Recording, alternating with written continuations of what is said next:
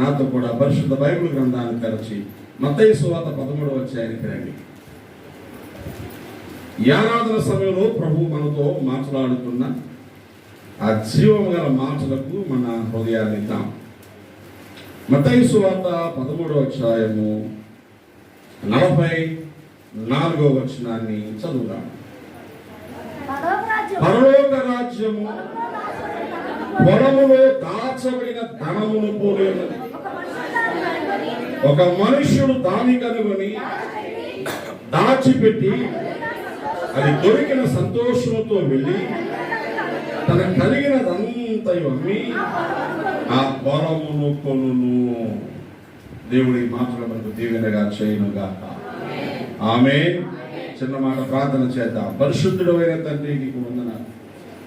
ప్రేమించి ఈ 2024 సంవత్సరంలో జూన్ మాసం మొదటి వారం ఆరాధనకు మమ్మల్ని తీసుకొచ్చారు.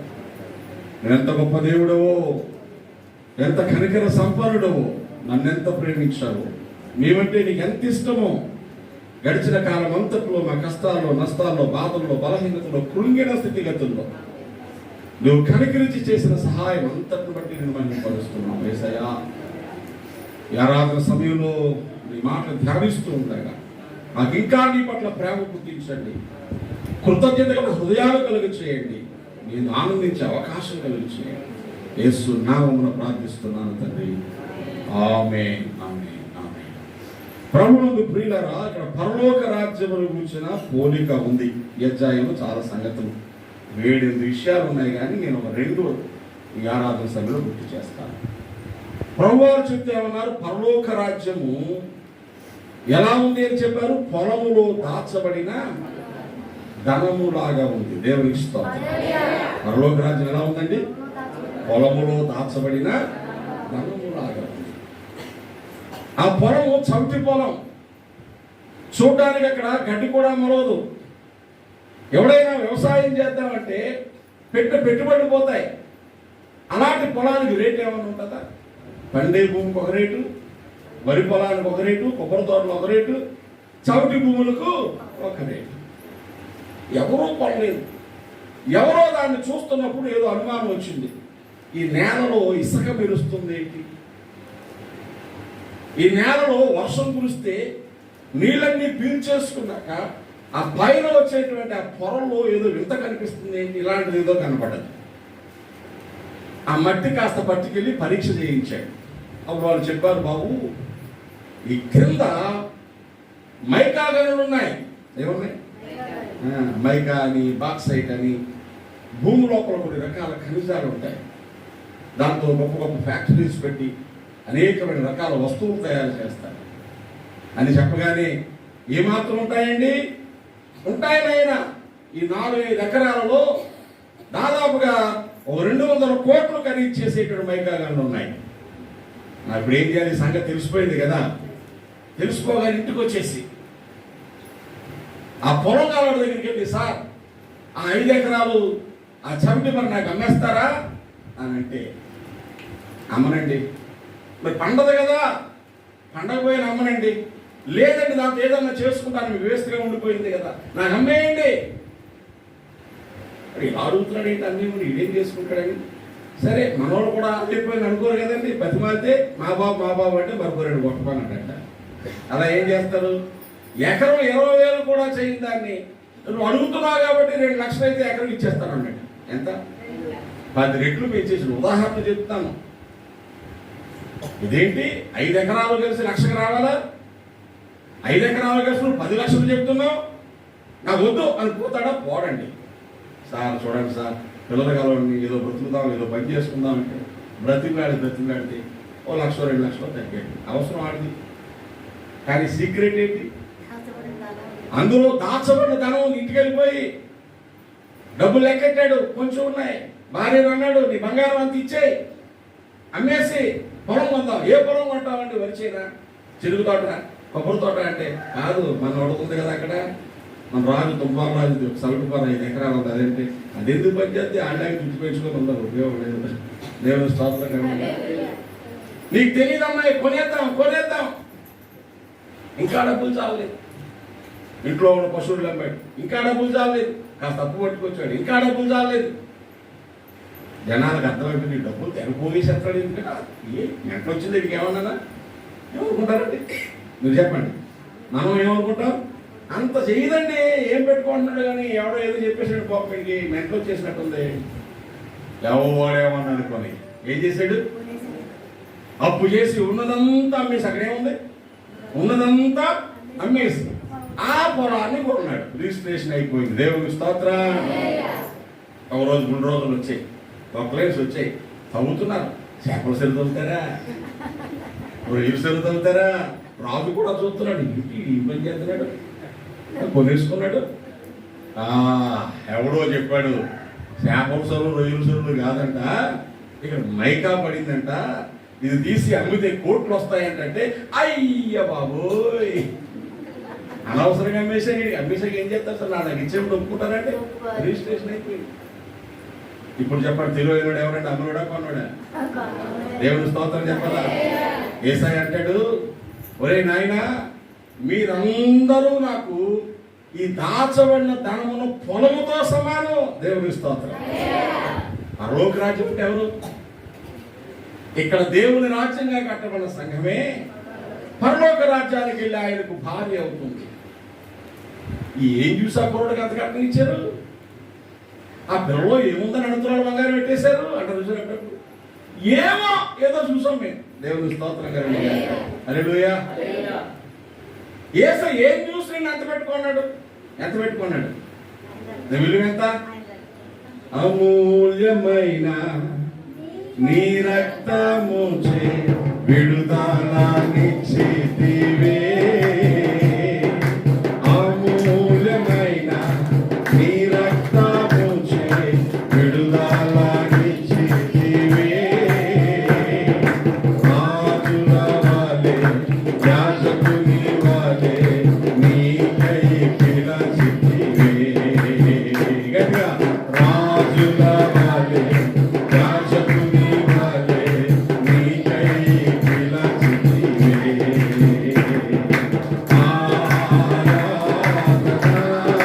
చేతులు పైకి చేద్దాం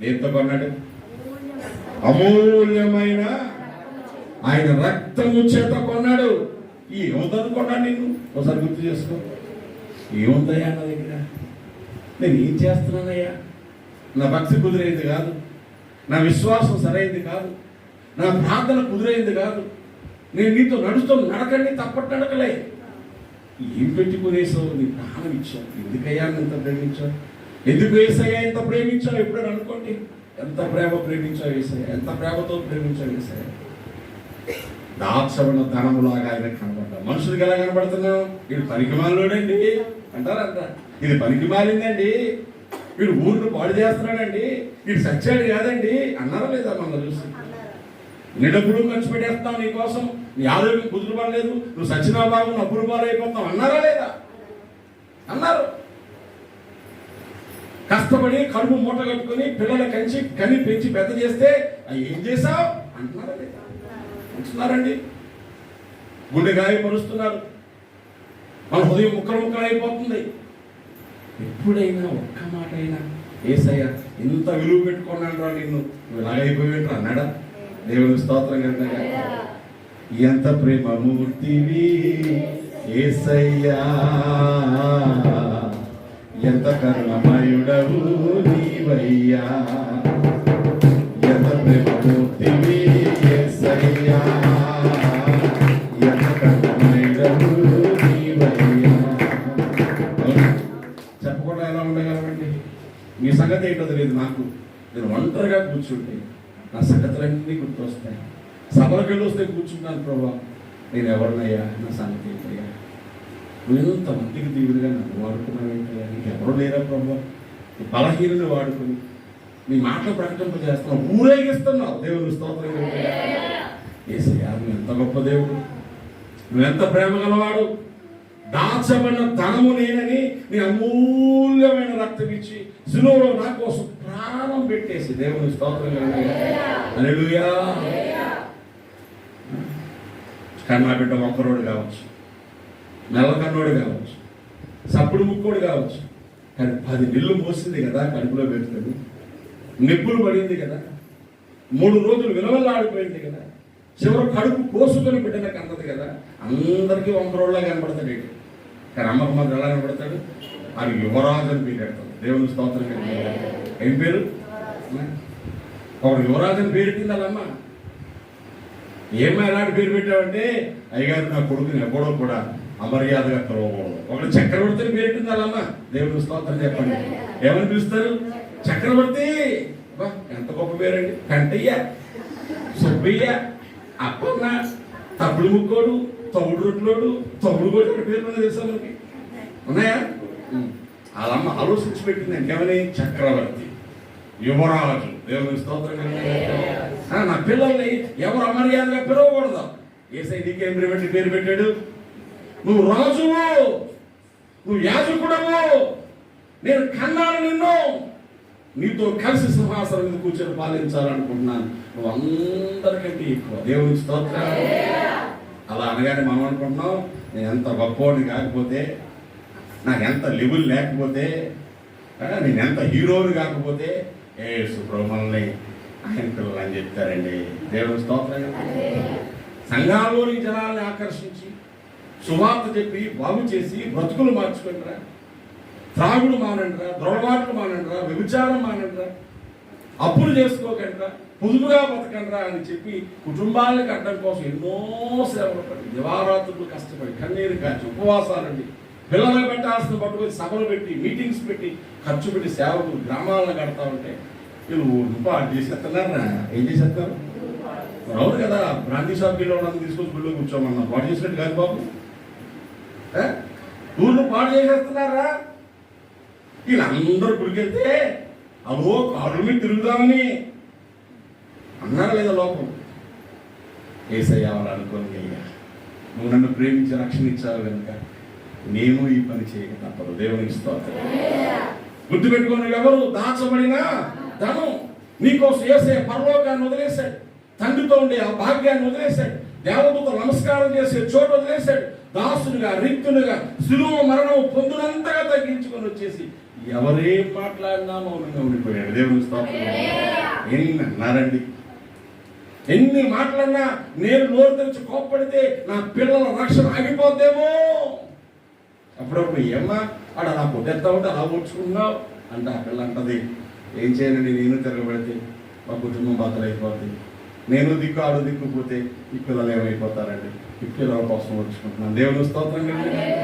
తల్లి ప్రేమ కనబడేది యేసయ్యలో. నీ కోసం ఓర్చుకుంటున్నాడు ఆయన. మనుషుల నిందలు ఓర్చుకున్నాడు, అవమానాలు ఓర్చుకున్నాడు, సులువ మరణాలు ఓర్చుకున్నాడు, మొహం మీద ఉమ్మేస్తే మాట్లాడకుండా ఉన్నాడు, గడ్డపెట్టుకులు పెరికేస్తే మాట్లాడకుండా ఉన్నాడు, వీపు నాగశాల వల్ల చీలుకుపోయేలా కొర్రాలతో కొట్టేస్తే మాట్లాడకుండా ఉన్నాడు. నా దేవా ఎలా చేయి విడిచావని కేకలేసాడు తప్ప మీ వల్లేనా నాకు ఇన్ని బాధలు ఒక్క మాట కూడా మనం దాచబడినా దేవుని స్తోత్రం. నువ్వేం చేయాలి?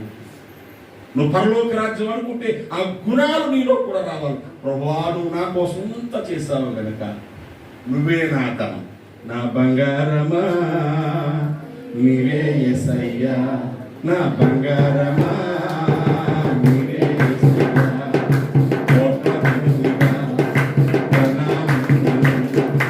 అది నీకు సాటిరా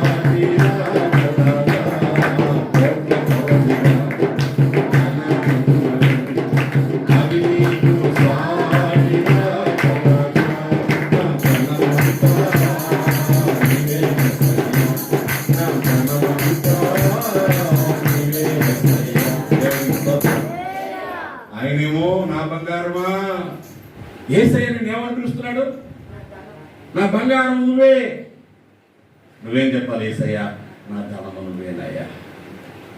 ఇల్లు శాశ్వతం కాదు, ఈ బంధువులు శాశ్వతం కాదు, ఈ ఆస్తి శాశ్వతం కాదు, ఈ ఆరోగ్యం శాశ్వతం కాదు, ఈ బిడ్డలు శాశ్వతం కాదు. శాశ్వతమైన నివాస స్థలము నువ్వే. దేవునికి స్తోత్రం. నా నిత్యుడైన తండ్రివి నువ్వే. ఏం చేయాలి మరి ఇప్పుడు? ఆ దాచబడిన ధనం నువ్వు అనుకుని ఆయన అన్ని నీ కోసం పెట్టేసి కొనుక్కున్నాడు. మరి నువ్వేం చేయాలి? నా ధనం నువ్వే అనుకుని ఆయన కోసం మనం కూడా ఇన్వెస్ట్ చేయాలి. చేయాలా వద్దా? నీ బంగారం అడిగాడా? అడిగాడా అండి? నీ వెండి అడిగాడా? అంటే మనం ఏం చేయాలి? ఏం చేయాలి? నీ వెండి బంగారాలు దేవుడు అడగలేదు. కానీ చుట్టాలు మన ఇంటికి వస్తే కోళ్ళు పోయి గారెలు అడుగుతారా? అడుగుతారా? మరి ఎందుకు చేస్తావు నువ్వు? మర్యాద కాదు, వాళ్ళంటే నీకు ఇష్టం. దేవుని స్తోత్రం కాదు. వాళ్ళంటే ఏంటి? కొందరు వస్తే పెసరపప్పు సారు, కొందరు వస్తే ఆమ్లెట్ సారు, కొందరు వస్తే కొత్తిమీర సిగును, కొందరు వస్తే పింట్లో పెట్ట, అవునా? మాట్లాడేవండి. కొందరు వస్తే సీతకొట్లో ఇడ్లీ, కొందరు వస్తే పత్రే పప్పు నానబెట్టి ఇడ్లీ, కొందరు వస్తే పెసరట్లు, కొందరు వస్తే రాయవారం కొట్లో పూరి. ఏమలాగా? నువ్వు ఎక్కువ కష్టపడుతున్నావంటే వాళ్ళ కోసం, వాళ్ళంటే నీకు చాలా ఎక్కువ ఇష్టం. నేను కొత్త ఏమని చెప్తానా? లేదండి. దేవుని స్తోత్రం కదా. మరి దేవుడు అంటే ఎంత ఇష్టం ఉందా లేదా? అమ్మ బాబు చచ్చిపోయా అంత ఇష్టమా? ఎవరు చచ్చిపోయి? దేవుడు చచ్చిపోయిందా?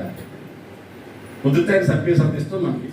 దొరకాలి కానీ ప్రభుని ఇంకోసారి సెలువు కొట్టేసి యేసు ప్రభువా నా కోసమే చచ్చిపోయాడు ఆయన. కొట్టేసింది ఎవరు? మాట్లాడడం ధైర్యం కాదు ఎవరు?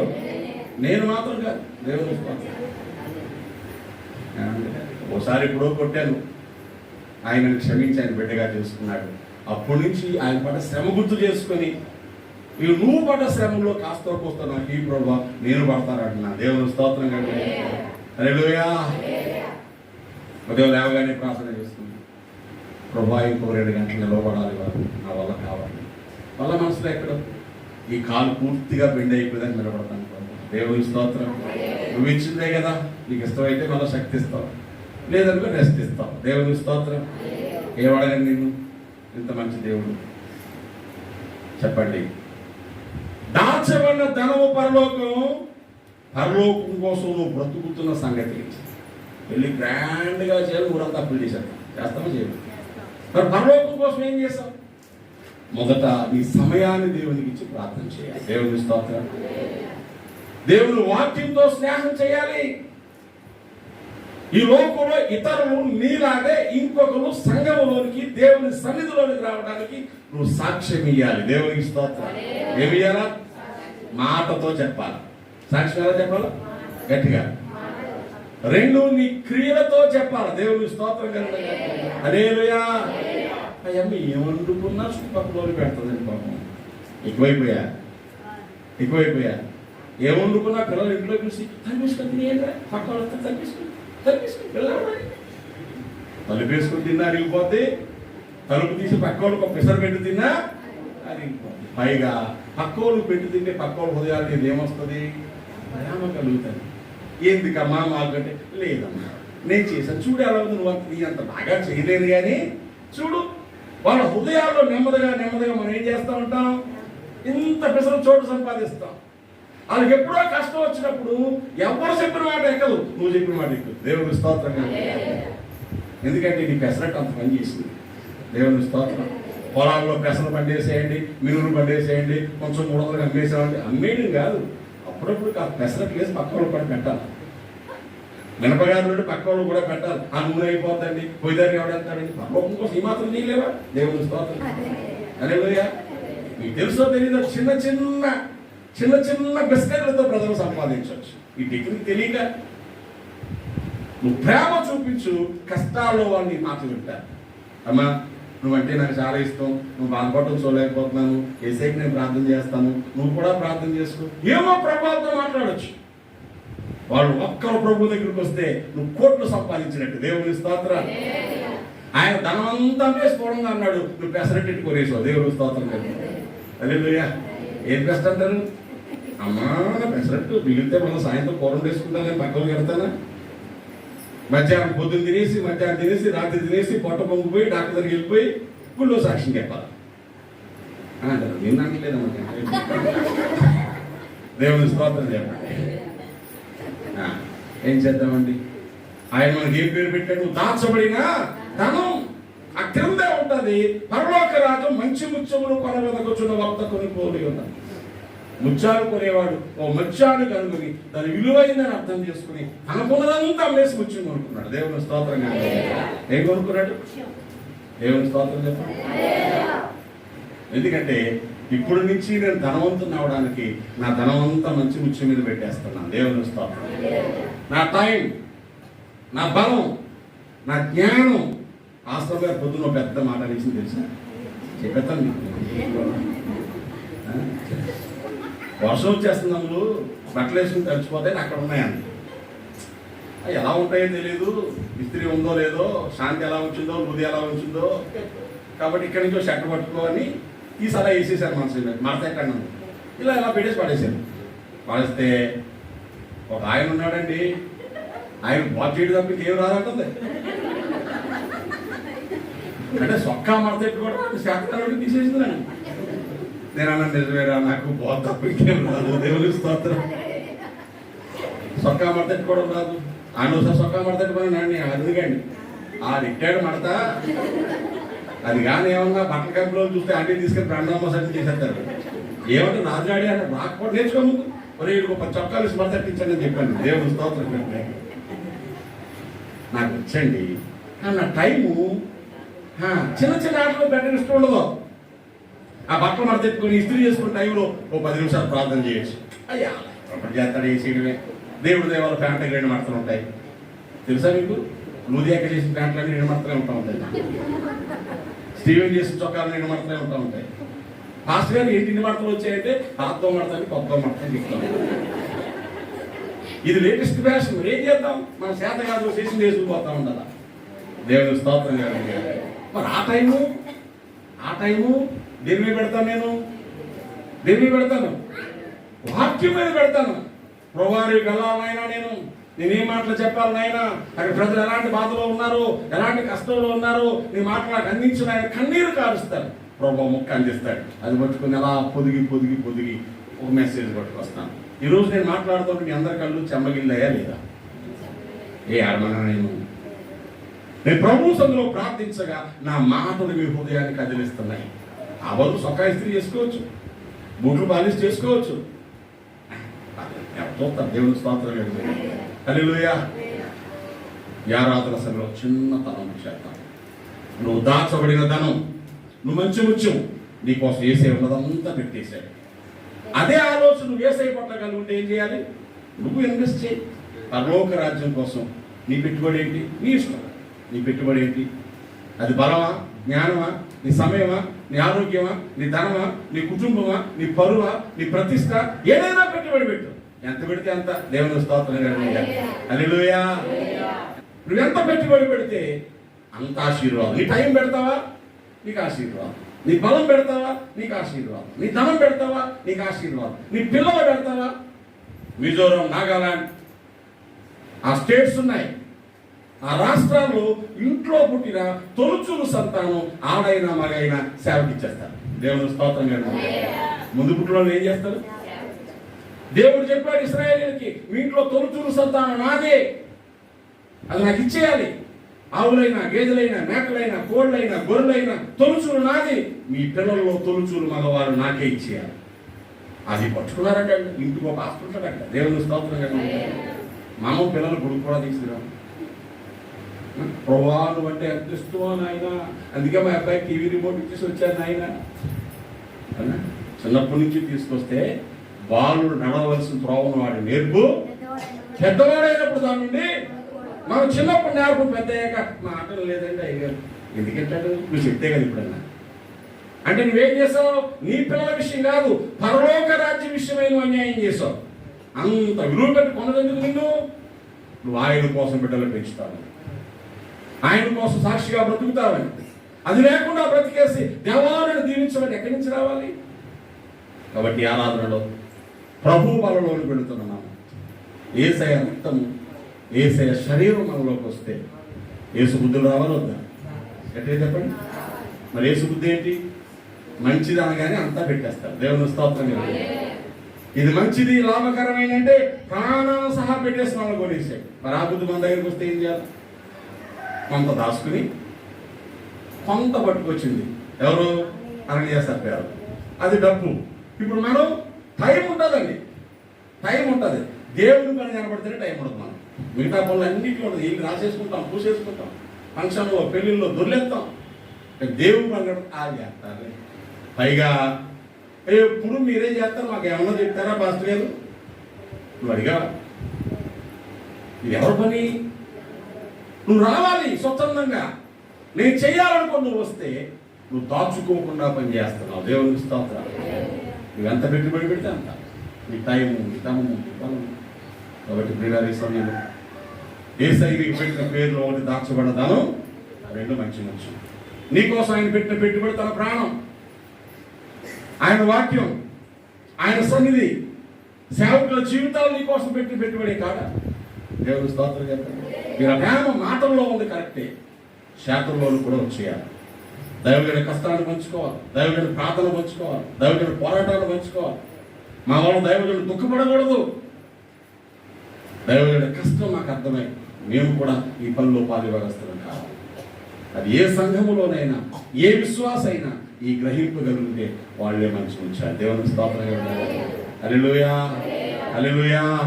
మన పిల్ల వచ్చి అంటుంది, అయ్యగారు మీకు థ్యాంక్స్ అండి అంతే. ఏమ్మా? ఆ పిల్ల ఎవరు కూడా తెలియదు. ఏమ్మా అంటే మాకు అమ్మ లాంటి పాస్టర్ గారిని ఇచ్చారండి. దేవుని స్తోత్రం. బిస్కెట్ వేయడం మొదలెట్టవైతే అక్కడ నువ్వు దేవుని స్తోత్రం విన్నాక చిన్నని చూసి అంటుంది అనమాట, అయ్యగారు మీకు థ్యాంక్స్ అండి, మాకు అమ్మ లాంటి పాస్టర్ గారిని ఇచ్చారు. మంచిదే, అమ్మ లాంటి పాస్టర్ గారిని ఎప్పుడైతే ఏడిపించకుండా ఉంటావో అప్పుడు నీ మాట చెల్లినట్టు. దేవుని స్తోత్రం గారు. అమ్మా నువ్వు అంటే నాకు ఇష్టమే, నీ 3 పూట్ల అన్నం పెడితే కడుపు నొప్పి వస్తుందనే రోజుకోసారి పెడుతున్నాను. అవునా? తెలివితే ఎట్లా అంటారు ఇంట్లో? ఏమంటారండి? తెలివితే. అమ్మా మేము బిర్యానీ వండుకున్నాం, 7 చేసుకోవాలి, నువ్వు బిర్యానీ తిరిగి ఏం చేయాలని తిను, నీ క్షేమం కోసమే అన్నాడు కొడుకు. అది ఎంత మంచి కొడుకో అర్థమవుతుందా? నువ్వు కనీసం తిను. ఆ ముస్లిం పిడికడన్నా పెట్టరా పాపం, నోట్లో నిలువురిపోతుంది బిర్యానీ చూసి. కడుపు నొప్పి వచ్చేద్దట, పెట్టేస్తూ లెక్కని చెప్పట్లేదు. అర్థమవుతుందా? ఇలాంటి దొంగ ప్రేమలు వద్దు. ఏం కావాలా? ఏ అమ్మ కూడా తింటుంది, మసాలా తగ్గించు కొంచెం, ముసలిదాన్ని కడుపులో పెట్టు, అది ప్రేమ. దేవుని స్తోత్రం కలుగుతుంది. హల్లెలూయా. ఆలోచించేద్దామండి. బలలోకి వెళ్ళే ముందు నువ్వెంత ప్రేమిస్తున్నావు యేసయ్యని? యేసయ్య నిన్నెంత ప్రేమించాడు? 2 కోపం అయ్యాను. ఆయన మనల్ని ప్రేమించిన ప్రేమకు సమానమైన ప్రేమ ఉందా మన దగ్గర? ఉంటే నువ్వు గొప్పడు, గొప్పదాన్ని. లేదా అలా ఉండాలని తాపత్రయపడుతున్నావా? నువ్వు గ్రేటే. అదేమో లేదు, ఎంతసేపు నాకు ఇచ్చే నాకు ఇచ్చే నాకు ఇచ్చే అంటున్నావా? నువ్వు ఆలోచించుకోవాలి. ఇస్తాడు కానీ సంతోషంగా ఇవ్వడం. పిల్లలు మనం మాట అయినపోయినా అన్నం పెడతాం, మాట అయినపోయినా బట్టలు పడతాం, మాట అయినపోయినా ఇంట్లోనే ఉండేస్తాం, అంతే లేకపోతే బయట చూసేస్తాం. కానీ ఆయన చూసినప్పుడల్లా మనసు ఏమంటారు? అరే ఎంత పని చేసావేంటారు అనుకోవా? మీరు అనుకోరండి, చాలా మంచిగా ఉన్నారు అనుకుంటారా? అప్పుడు మన మనసు కాదు గాయాన్ని కలిగిస్తున్నట్టు, మన మనసుకు దుఃఖాన్ని కలిగిస్తున్నట్టు, మన మనసుకు వేదన కలిగిస్తున్నట్టు మనం కలిగిద్దామా? యేసయ్యకి ఎప్పటికీ నీ గాయాలు కాదయ్యా, నువ్వు అంటే నాకు ఇస్తానయ్యా, నీకోసం బ్రతుకుతానయ్యా అని చెప్పి ప్రార్థన చేసుకున్నా. దయచేసి మోకరించండి. ఎవరు ఒకటి వారి హృదయాలు తెరచి పరిశీలన చేసుకుంటూ, అయ్యా మంచి ముత్యము వంటి నన్ను, దాచబడిన ధనమున్న పొరము వంటి నన్ను, నీకున్నదంతయు వెచ్చించి, నీకున్నదంతయు అమ్మేసి కొనుక్కుని, నీ కుమారుడు కుమార్తెని పేరు పెట్టి, రాజులని యాజక సమూహం అని పేరు పెట్టి, అయ్యా నా పట్ల చూపించిన ప్రేమంతటి కోసం నీకు వందనాలు చెల్లిస్తున్నాను తండ్రి. నన్ను కనికరించవా, నేను గాయపరచకుండా, ఆయాసపరచకుండా, దుఃఖపరచకుండా నీకు ఇష్టంగా బ్రతకడానికి నాకు కృప చూపవాలి. మనం ప్రార్థన చేద్దాం. ఒక్క నిమిషమైనా ప్రార్థన చేసుకోండి. ప్రభు బలంలోకి వెళ్ళే ముందు పరిశీలన చేసుకోండి. ఒక్క నిమిషమైనా ప్రార్థన చేసుకోండి. ఒక్క నిమిషమైనా ప్రార్థన చేసుకోండి. దేవా నన్ను కనికరించమని అడగండి. దేవా నాకు సహాయం చేయమని అడగండి. నిన్ను దుఃఖపరచకుండా, ఆయాసపరచకుండా, గాయపరచకుండా నిన్ను మహిమపరిచేలాంటి జీవితం నాకు ఇయ్య ప్రభువా అని అడగండి. నువ్వు లేకపోతే ఈ రోజు నా స్థితి ఇలా ఉండేది కాదయ్యా. నువ్వు ప్రేమించావు కాబట్టి ఈ రోజు నేను ఈ స్థితిలో ఉన్నాను. నువ్వు దీవించావు కాబట్టి ఈ రోజు సంతోషంగా ఉన్నాను. నువ్వు ఆయుష్ ఇచ్చావు కాబట్టి ఈ రోజు బ్రతికున్నాను. అక్కడ తీరుస్తున్నావు కాబట్టి ధైర్యంగా ఉన్నాను. నేను అలా బ్రతకడానికి నాకు సహాయం చేయి నాయనా. నువ్వు నా మీద చూపించిన ప్రేమకు తగ్గట్టుగా నేను ప్రేమించడం నేర్పించు నాయనా అని ప్రార్థన చేసుకున్నా. పరిశుద్ధమైన తండ్రి నీకు వందనాలు. ఈ మాత్రం మా బ్రతుకులో ఫలింపచేయి.